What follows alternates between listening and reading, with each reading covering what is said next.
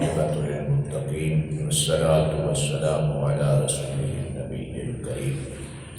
أما بعد فقد قال الله تبارك وتعالى في الكلام المجيد والفرقان الحميد. بسم الله الرحمن الرحيم.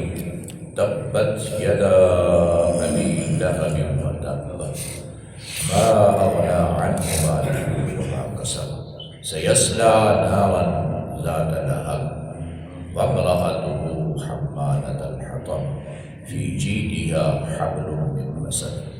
إن الله وملائكته يصلون على النبي يا أيها الذين آمنوا صلوا عليه وسلموا تسليما. الصلاة والسلام عليك يا سيدي الله وعلى آلك وصحبك يا سيدي يا حبيب الله.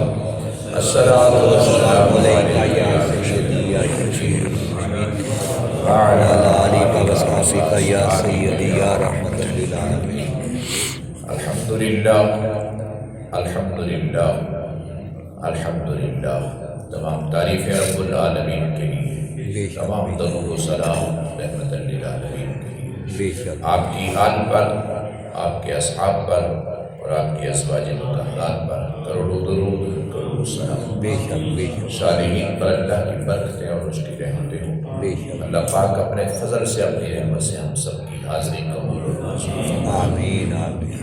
اللہ رب العزت قرآن مجید فرقان حمید پڑھنے کی، سمجھنے کی، اس پر عمل کرنے کی توفیق عطا فرمائے. آمین. قرآن پاک اللہ رب العزت کا بہت بڑا کلام ہے. بے شک. اور اس کلام کے ذریعے سے، یعنی اس کی تلاوت، اس کے ترجمے، اس کی تفسیر، اس پر عمل کرنے سے خالق کائنات کی معرفت نصیب ہوتی ہے. بے شک. سرکار کی محبت نصیب ہوتی ہے. بے شک. سرکار کے پیاروں کا پیار نصیب ہوتا ہے. بے شک. اللہ تبارک و تعالیٰ ہمیں قرآن پاک کا سب کے ساتھ پڑھنے کی توفیق عطا آمین. قرآن مجید فرقان حمید یہ واحد کلام ہے جس میں ہر چیز کا بیان ہے. اللہ تبارک و تعالیٰ نے رسول پاک کے غلاموں کا تذکرہ کیا، اور یہاں تک کہ رسول پاک کی ابھی ولادت نہیں ہوئی. رسول پاک کی ولادت کے بعد ہی رسول پاک نے اعلان نبوت فرمایا.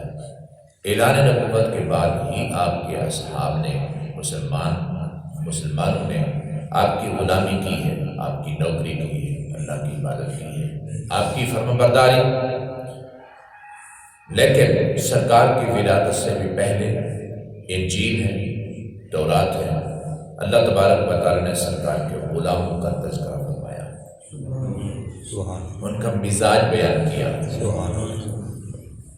ارشاد فرماتا سیماہم فی وجوہہم من اثر السجود، سیماہم فی وجوہہم من اثر السجود. اور ان کی کیفیت یہ ہے، رسول پاک کے غلاموں کے اصحاب کی، یعنی تورات و انجیل میں بات ہو رہی ہے، ان کی کیفیت یہ ہے. اللہ اکبر. جب تم ان کو دیکھو کہ ان کے چہرے پر عبادت کے آثار نظر آئیں. سبحان اللہ. سبحان اللہ. سبحان اللہ. اللہ رب العزت نے رسول پاک کے غلاموں کا تذکرہ پہلے فرما دیا. سبحان اللہ. ابھی کلمہ نہیں پڑھا، ابھی پیدا ہی نہیں ہوئے، پہلے تذکرہ کیا ہے، اور تذکرہ ہو رہا ہے، اور قیامت تک تذکرہ ہوتا ہی رہے گا. بے شک. بے شک. رسول پاک کے غلاموں کی شان تو پھر قیامت والے دن ہی دکھائی جائے گی بے شک. کہ جنہوں نے میرے حبیب کی اتباع کی ہے، اطاعت کی ہے، ان کو میں نے کیسا صلہ عطا کیا. بے شک. رسول پاک صلی اللہ علیہ وآلہ وسلم کی اتباع کرنے والے اللہ رب العزت کی بارگاہ میں بڑے ہی عزت والے ہیں. صرف 2 جملے عرض کر کے پھر بات دوبارہ شروع کر. اس میں ایک یہ ہے کہ فرمایا کہ میرے محبوب اگر یہ مجھ سے ملنا چاہتے ہیں، مجھ سے محبت کرنا چاہتے ہیں، میرا قرب حاصل کرنا چاہتے ہیں، تو آپ ان سے فرمائیں آپ کی اتباع کریں. آپ ان سے فرمایا کہ میری اتباع کرو، میرے پیچھے چلو. جو میں کر رہا ہوں، جو میں کرتا جاؤں، تم پیچھے پیچھے کرتے آؤ. ہر بات کی وضاحت کی ضرورت نہیں کہ یہ کیا ہے، یہ کیا ہے. اور رسول پاک کے صحابہ نے ایسے ہی کیا. اللہ کریم نے کیا آگے ارشاد فرمایا کہ جو مجھ سے محبت کرنا چاہتا ہے، میرا قرب حاصل کرنا چاہتا ہے، آپ ان سے فرمائیں کہ وہ میری اتباع کریں، یعنی سرکار کی وہ میری اتباع کریں، تو پھر اس کا صلہ یہ ہوگا میں اس کو اپنا محبوب بنا دوں، سبحان اللہ سبحان اللہ میں اس کو اپنا محبوب بنا، یعنی رسول پاک کے غلام جو ہیں وہ اللہ کے محبوب ہیں، سبحان اللہ نبی کے غلام اللہ کے محبوب ہیں، تو پھر نبی کا کیا مقام ہوگا؟ سبحان اللہ اللہ نے مجھے عزت کی بات ہے۔ اب دوسرا رخ لیجیے،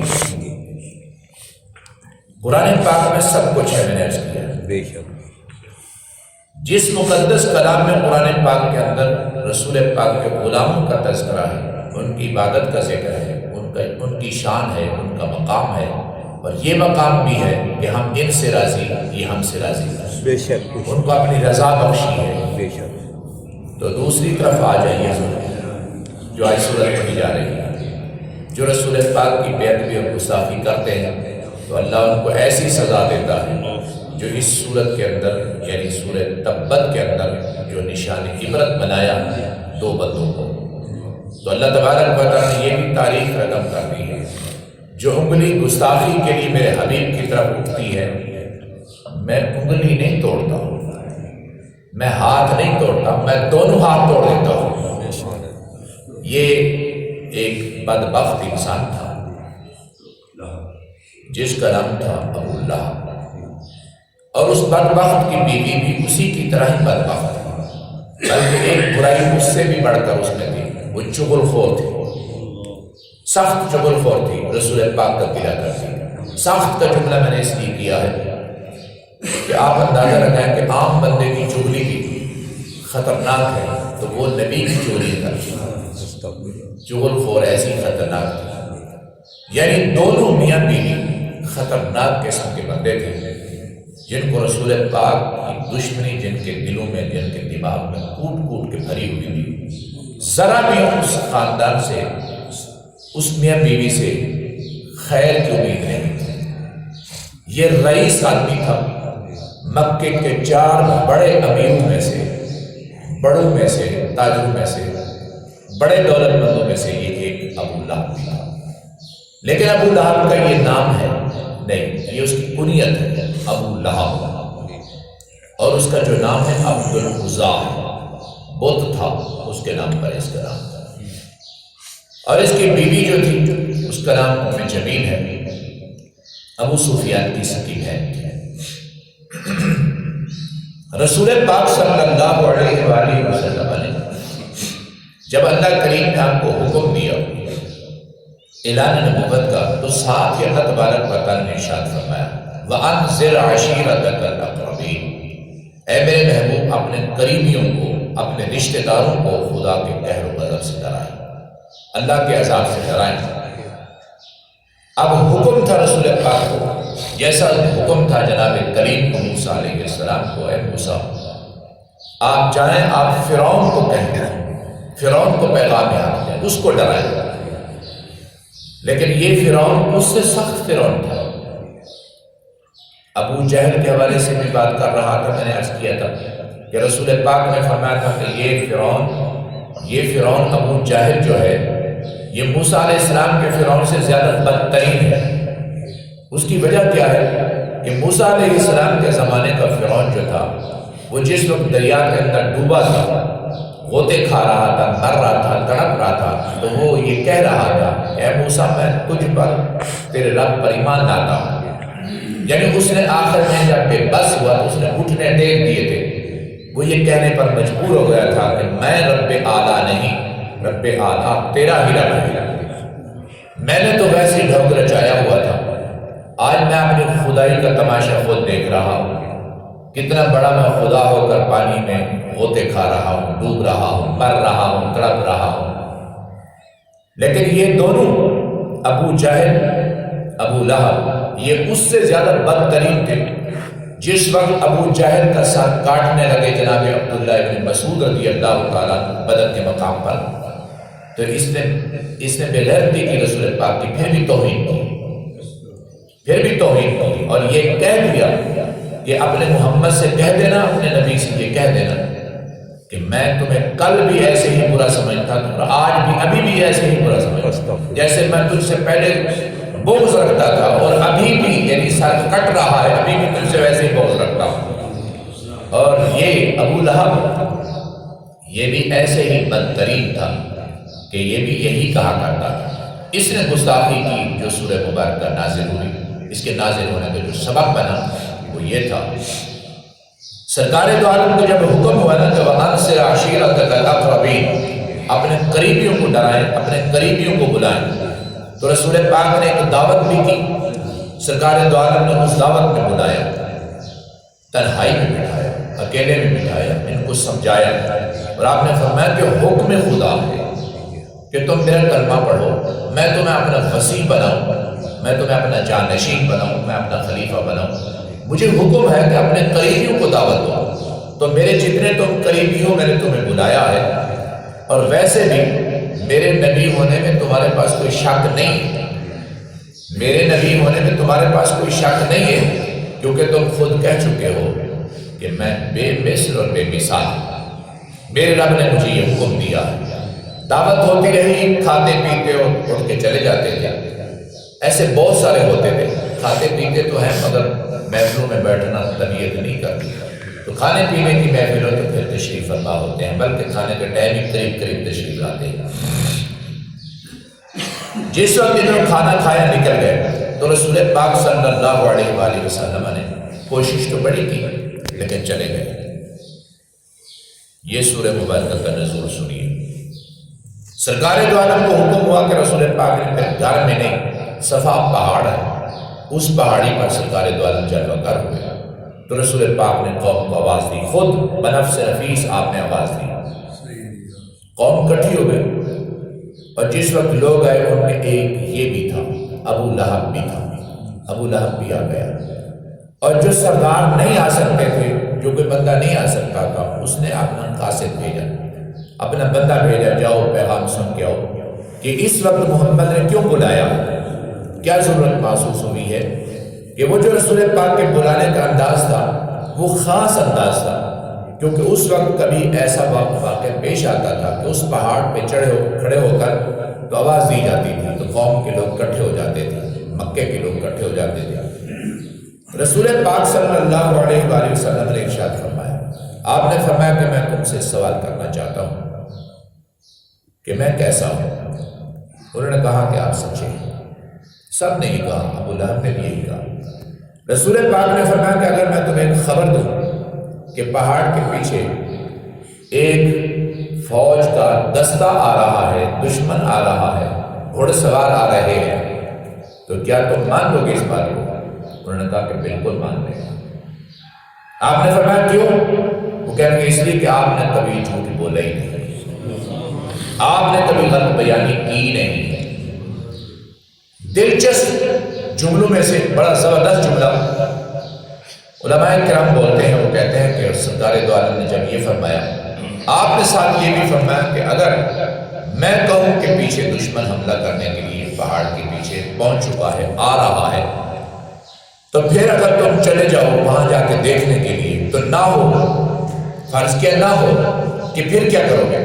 اب تو تم کہہ رہے ہو کہ واقعی آپ سچ کہہ رہے ہیں کہ اگر وہ دستہ نہ ہو، فوج نہ ہو، دشمن نہ ہو، تو پھر کیا کہو گے؟ انہوں نے کہا کہ ہم یہی کہیں گے، دستہ تو موجود ہے، دشمن تو موجود ہے، گھوڑ سوار کا دستہ موجود ہے، مگر ہمیں نظر نہیں آتا۔ یہ رسول پاک کے متعلق ہمیں نظر نہیں آتا، کیوں بھائی؟ اس لیے کہ آپ نے فرمایا کہ ہے تو ہے، آپ نے فرمایا نا ہے تو بس ہے، ہمیں نظر نہیں آتا، اور ہے آپ کی بات میں کوئی شک و شبہ نہیں ہو سکتا۔ تو سرکار دو عالم نے فرمایا کہ خدا کے قہر و غضب سے ڈرو، کیونکہ آپ کو حکم تھا کہ آپ ان کو ڈرائیں۔ سرکار نے فرمایا خدا کے قہر و غضب سے ڈرو، اور مجھے حکم ہوا کہ تو یہی کہو کہ جب خالق کائنات پکڑتا ہے اور تمہارے سامنے قوم عاد، قوم سمود، قوم فرعون، یہ واقعات موجود ہیں، قوم لوط، اصحاب مدین، اصحاب ایکا، یہ تمہارے سامنے موجود ہیں، اور یہ واقعات تم اپنے آباء و اجداد سے سنتے چلے آئے ہو، اور وہ علاقے، وہ بستیاں، وہ شہر جو غرق ہوئے ہیں وہ بھی تم نے دیکھے ہوئے ہیں، تو میں تمہیں خدا کے قہر و غضب سے ڈراتا ہوں، اس کو وحدہ لا شریک مانو، وہ وحدہ لا شریک ہے۔ یعنی جس میری زبان سے تمہیں یہ الفاظ سن کر اعتماد اور یقین کے ساتھ کہتے ہو کہ فوج ہے، دشمن ہے، تو پھر اسی زبان پر یہ بھی یقین کرو کہ وہ وحدہ لا شریک ہے،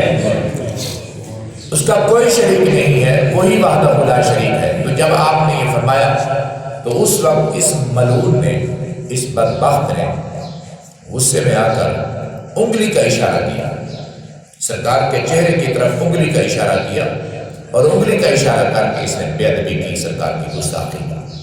جب اس نے انگلی کا اشارہ کیا، بے ادبی کی، اس کو سارے انگلی سے خالی تو نہیں تھا، زبان سے بھی بکواس کر رہا تھا، اس نے انگلی کا اشارہ کیا رسول پاک کی طرف۔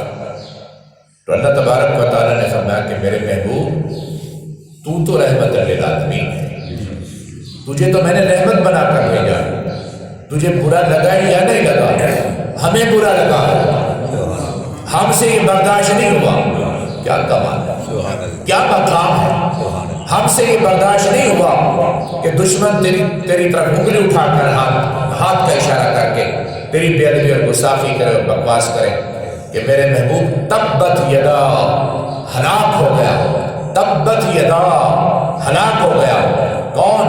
ابو لہب ہلاک ہو گیا، اور تبت فرمایا تباہ ہو گئے، اور پھر فرمایا تباہ ہو گئے، تباہ ہو گیا ہے، یعنی اب دیر نہیں ہے اس کے تباہ ہونے میں، ہم نے اس کے ہاتھ توڑ ڈالے ہیں، ہم نے اس کو تباہ کر دیا ہے، ہم نے اس کے وجود کو ریزہ ریزہ کر دیا ہے، ہم نے اس کو ذلیل و رسوا کر دیا ہے۔ اس کی جرت کیسے ہوئی کہ میرے محبوب کے سامنے انگلی اٹھائے؟ لیکن یہ تاریخ رقم ہو گئی۔ ہم نے قرآن مجید فرقان حمید کی ایک مستقل سورت 5 آیتوں پر مشتمل سورت نازل کر دی ہے، لہٰذا ہم نے لوگوں کو بتا دیا ہے اگر ذلت و رسوائی سے بچنا چاہتے ہو دہلیز مصطفیٰ پر آؤ، میرے محبوب کا دامن تھام لو، میرے محبوب کے دامن سے وابستہ ہو جاؤ، میرے محبوب کی اتباع کرو، اطاعت کرو۔ یہ دنیا کی کرو فرق، یہ ٹھاٹ باٹ، یہ سب کچھ ختم ہو جائے گا۔ اگر تمہارا نام باقی رہے گا تو میرے حبیب کے نام کے ساتھ ہی تمہارا نام باقی رہے گا۔ کیوں؟ اس لیے کہ میری یہ شان ہے۔ سنو، اللہ کریم فرما رہے ہیں کل من علیہا فان، ہر چیز فنا ہو جائے گی، وَيَبْقَى وَجْهُ رَبِّكَ ذُو الْجَلَالِ وَالْإِكْرَامِ، اے میرے حبیب تیرے رب ذو الجلال کا نام ہی باقی ہے، وہی باقی رہے گا۔ اللہ کریم فرماتا ہے جو میرے حبیب کے نام کو زندہ رکھتا ہے، جو میرے حبیب کی غلامی کرتا ہے، اطاعت کرتا ہے، اتباع کرتا ہے، میں رب اس کے نام کو بھی باقی رکھتا ہوں، میں باقی رکھنے والا ہوں، میں بقا عطا کرتا ہوں۔ میری شان یہ ہے اللہ لا الہ الا ہو الحی القیوم، میں خود بھی زندہ ہوں اور زندگی عطا بھی فرماتا ہوں، اور میں خود بھی قائم ہوں، میں لوگوں کو بھی قائم رکھتا ہوں۔ نیست و نابود ہو جاؤ گے، ختم ہو جاؤ گے، تباہ ہو جاؤ گے۔ پہلے کہا تباہ ہو جاؤ گے، پھر فرمایا کہ لاغا نہیں ہوا، تب تباہ ہو گیا، ٹوٹ گئے اس کے ہاتھ۔ دوسری بات سنو، اس کو بڑا فخر تھا، بڑا ناز تھا، اس کے گھر کے اندر سونا تھا، تولہ 2 تولے نہیں تھا، اینٹیں تھیں، سونے کی اینٹیں تھیں اس کے گھر میں، چاندی کے ڈھیر تھے، پیسہ دینار تھا، اور بہت مختلف قسم کے جانوروں کی پورے کے پورے ریوڑ تھے، غلاموں کی بڑی تعداد تھی، کنیزیں تھیں، بیٹے تھے، سب کچھ تھا یعنی اس کے پاس، اور سب کچھ کے ساتھ یہ خود بڑا حسین تھا، چہرہ اس کا بہت چمکنے والا چہرہ تھا، بڑا دولت مند، صحت مند تھا، تکڑا آدمی تھا۔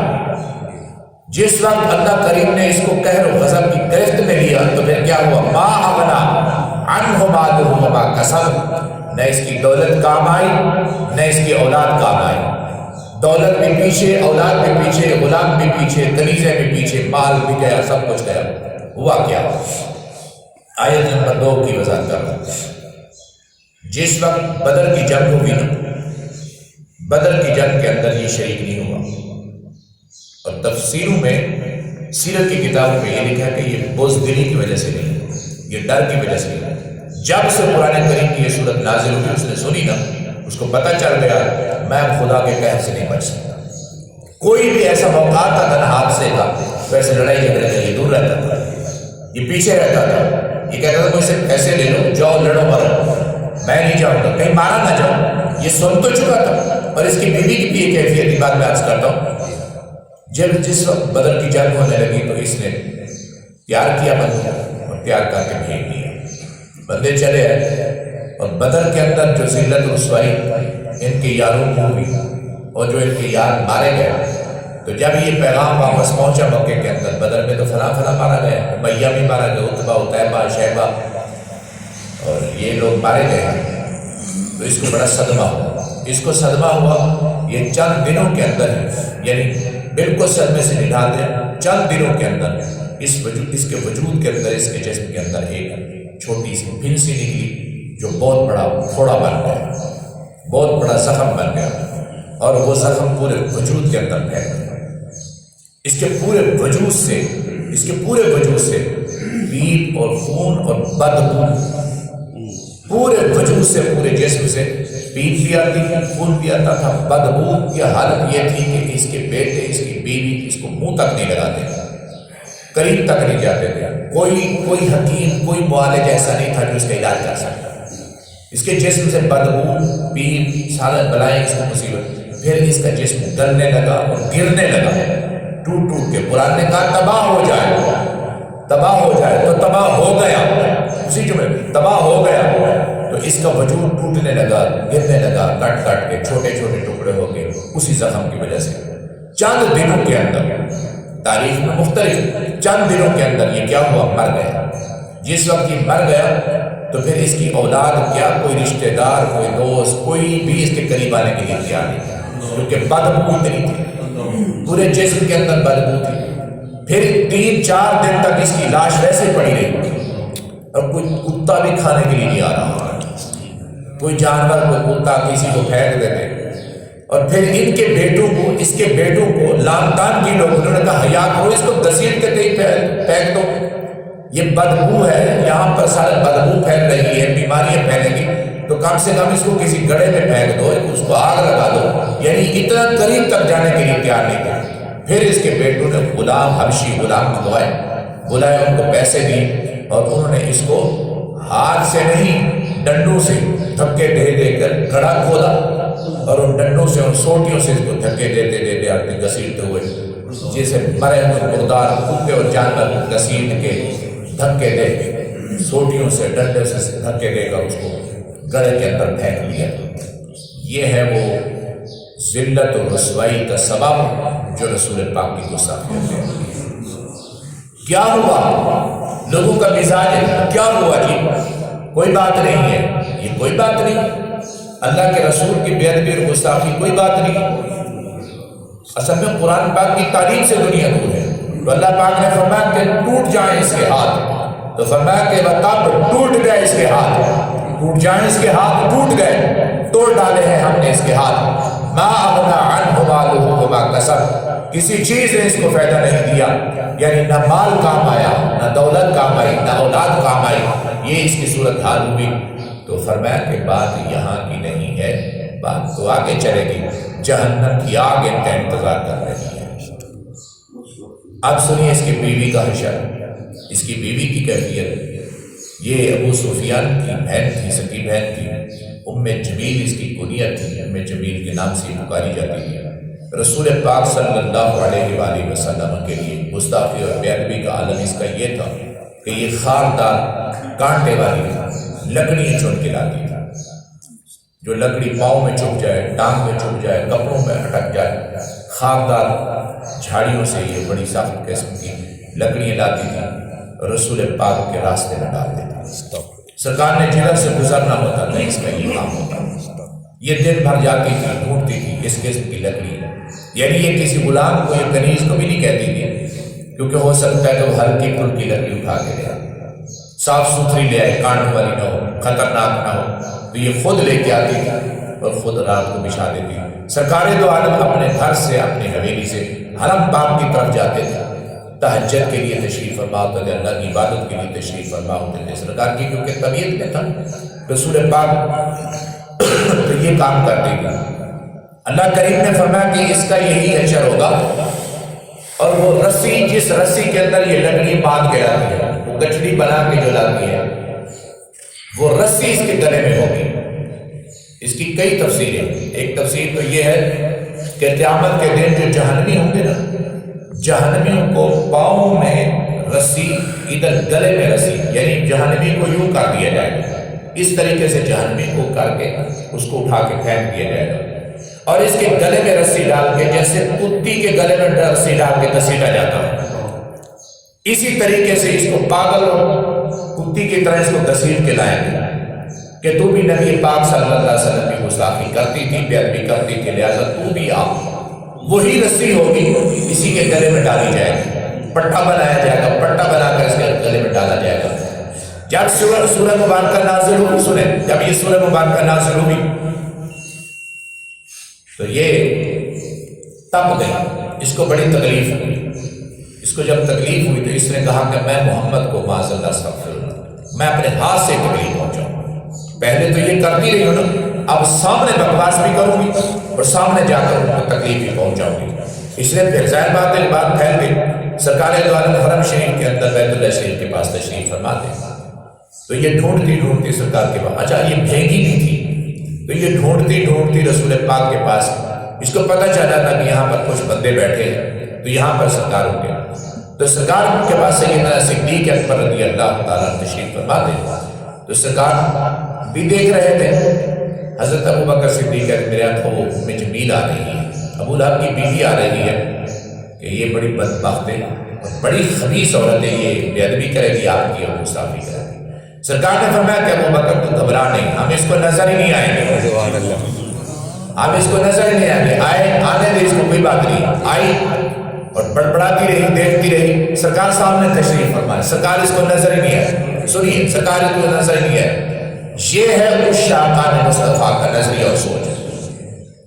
دیکھنے والے کمال کا جانا، دیکھنے والے تو کرم میں بیٹھ کر رسول پاک کو دیکھ رہے ہیں، بے شک بے شک. دیکھنے والے تو دور سے رسول پاک کو دیکھ رہے ہیں، اور نہ دیکھنے والے کے سامنے جلوہ کر ہے، اس کو نظر ہی نہیں آ رہی.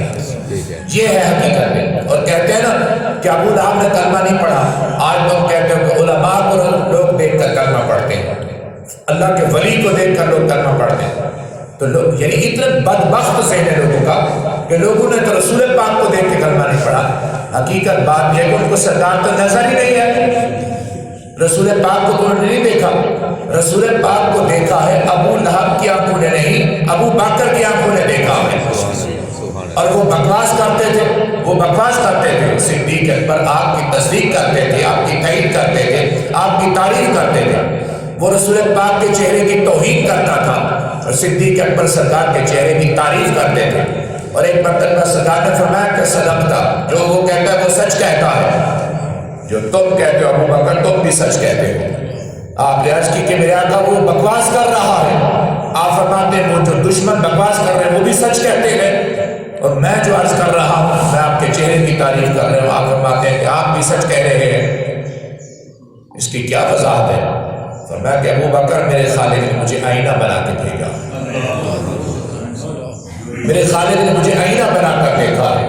وہ اس آئینے میں اپنا چہرہ دیکھ رہا ہے، وہ اپنے چہرے کی بات کر رہا ہے. اے ابو بکر تو اس آئینے میں تو اپنا چہرہ دیکھ رہا ہے، تو اپنے اس چہرے کی تعریف کر رہا ہے، تو تعریف کر رہا ہے، تو مقام بیان کر رہا ہے، تو شان بیان کر رہا ہے، تو میرے چہرے کی تعریف کر رہا ہے، تو اپنی تعریف کر رہا ہے. رہی میری ذات کا معاملہ، میری ذات کا معاملہ، تو ابو بکر میری حقیقت تو میرے خدا کے سوا کوئی جانتا ہی نہیں ہے. اللہ کی بارگاہ میں میری کیسی عزت ہے. اللہ تبارک و تعالیٰ بغض سے، حسد سے، کینے سے بچائے. بظاہر چھوٹی چھوٹی چیزیں پھر سونے کی ضرورت. میں آپ میرے منہ سے ہیں اس لیے میں اب تقریر نہیں کر رہا ہوں، میں عرض کر رہا ہوں. سیدنا موسیٰ کلیم اللہ علیہ السلام دعا مانگ رہے ہیں. اسی آیت میں تفسیر میں وضاحت ہے، یہی میں جو بات آپ کو سنا. سیدنا موسیٰ کلیم اللہ علیہ السلام دعا مانگ رہے تھے، یا اللہ باران رحمت کا نزول فرما، بارش نہ ہوئی. موسیٰ علیہ السلام کی دعا قبول نہ ہوئی. موسیٰ علیہ السلام نے پھر عرض کی تنہائی میں، یا اللہ میری دعا قبول نہیں کرتا، میں تیرا نبی ہوں، میں تیرا کلیم ہوں، میں نے باران رحمت کے لیے دعا کی، اپیل کی ہے، خیرات مانگی ہے، بارش نہیں ہوئی تو ہماری دعا قبول نہیں کرتا. اللہ کریم نے ارشاد فرمایا، بڑا کمال کا جملہ ہے. اللہ کریم نے ارشاد فرمایا کہ کریم میں ان کی بھی دعا قبول نہیں کروں گا، تیری بھی نہیں کروں گا، تیری بھی دعا قبول نہیں کروں گا، ان کی بھی نہیں کروں گا۔ موسیٰ علیہ السلام نے فرمایا کہ مولا تو اتنا ناراض ہے، کیوں تو ہماری دعا قبول نہیں کرتا؟ فرمایا کہ انہی بندوں کے اندر ایک چغل خور بندہ موجود ہے، یہ میں نے خود پڑھا ہے اسی سورت کے تحت، اس کے اندر ایک چغل خور بندہ موجود ہے، اس چغل خور بندے کی وجہ سے میں نے دعا قبول نہیں کی، نبی کی، میں نے اس چغل خور کے بندے کی وجہ سے دعا قبول نہیں کی۔ آگے سنی موسیٰ علیہ السلام نے عرض کی کہ یا اللہ وہ کون ہے؟ کمان کا جملہ، یا اللہ وہ کون ہے بتا، ہم اس کو الگ کر دیتے ہیں۔ اللہ کریم نے فرمایا کہ بتا دوں تو پھر یہ بھی چغلی ہو جائے گی، میں جس چغل خور کی بات کر رہا ہوں یہ بھی چغلی ہو جائے گی، لہٰذا موسیٰ بتانے کی ضرورت نہیں ہے کہ تو کہو توبہ کرو، برے بندے کو بار بار نہ کہو کہ تو برا ہے، غور فرمائیں، برے بندے کو نہ کہو تو برا ہے، غلطی ہوتی ہے، ہم میں کوئی معصوم نہیں ہے، ہم سے مراد یہ مسجد کے بندے نہیں ہیں، مسلمانوں کی بات ہو رہی ہے، بہت اچھے لوگ بھی ہیں، مگر برے بندے کو برا نہ کہو، لیکن اس سے یہی ضرور کہو اللہ سے معافی مانگا کرو بیٹا، بھیا اپنے اللہ سے معافی مانگا کرو، تو اللہ کریم اپنے حبیب کے صدقے ہمیں ایسے بری حرکات سے، برے لوگوں سے، بری محفلوں سے محفوظ کرنا، اچھے لوگوں، نیک لوگوں کی سنگت اور صحبت